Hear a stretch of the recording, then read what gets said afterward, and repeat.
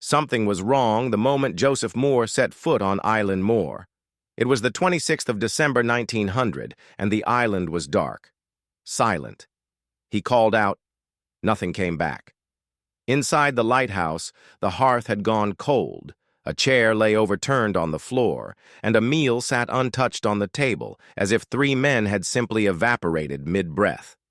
No bodies, no struggle, no explanation, just absence. And a silence so complete, it felt deliberate. Eilean Mòr sits roughly 32 kilometers west of the Isle of Lewis, a jagged fist of rock punching out of the North Atlantic, as if the ocean tried to swallow it whole and failed. It belongs to a cluster of 7 uninhabited islands called the Flannan Isles, a place so forsaken that no one went there by choice. The lighthouse raised on Eilean Mòr in 1899 was built for a grim purpose. Ships navigating the passage between Scotland and the open Atlantic were being broken apart on those rocks, and someone had to stop the dying. 3 keepers rotated through the station, cut off from the mainland for weeks at a stretch, with nothing around them but howling wind, salt spray, and the relentless grinding of the sea against stone.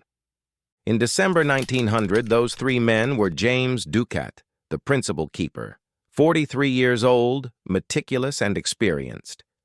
Beside him, assistant keeper Thomas Marshall, younger than Ducat and generally regarded as reliable, though he had previously been fined for losing equipment in a storm, which may explain why he was eager to secure gear that December, and filling in for a colleague too ill to make the posting, Donald MacArthur, a last-minute replacement who was never supposed to be there at all.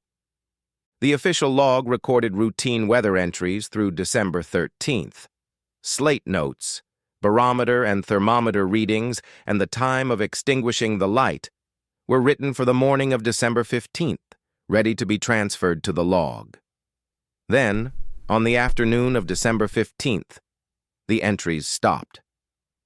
When Joseph Mòr stepped inside the lighthouse on December 26th, the hearth was cold. A single chair lay overturned on the floor. Only one, as if one man had risen suddenly and the others had not. A meal sat untouched on the table. The clock had stopped. Outside, at the west landing 33 meters above sea level, the damage was severe. Iron railings bent, a rock weighing over a ton displaced, equipment missing. 2 sets of oilskins hung on their hooks.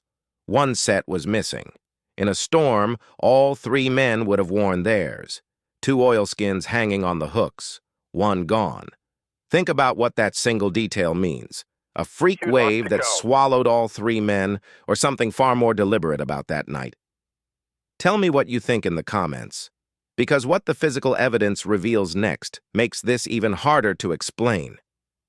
Robert Muirhead led the official investigation. His conclusion was simple. 2 keepers went outside during a storm to secure equipment, a massive wave swept them away, and the 3rd rushed out to help without taking his oilskins. He was lost as well. It's a neat explanation, but there are problems. Some later stories claimed a final message read, "Storm ended, sea calm, God is over all." Historians now believe this was invented. The real records only show routine notes written on the morning of December 15th. That means someone was still alive and calmly doing their job. Then there are the oilskins. 2 sets were still hanging inside the lighthouse. 1 was missing.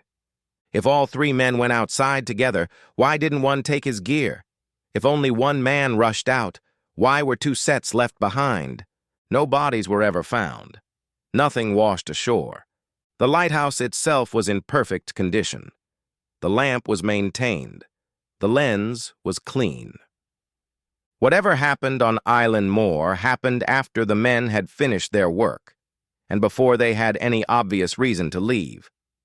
The lighthouse still stands today, overlooking the Atlantic.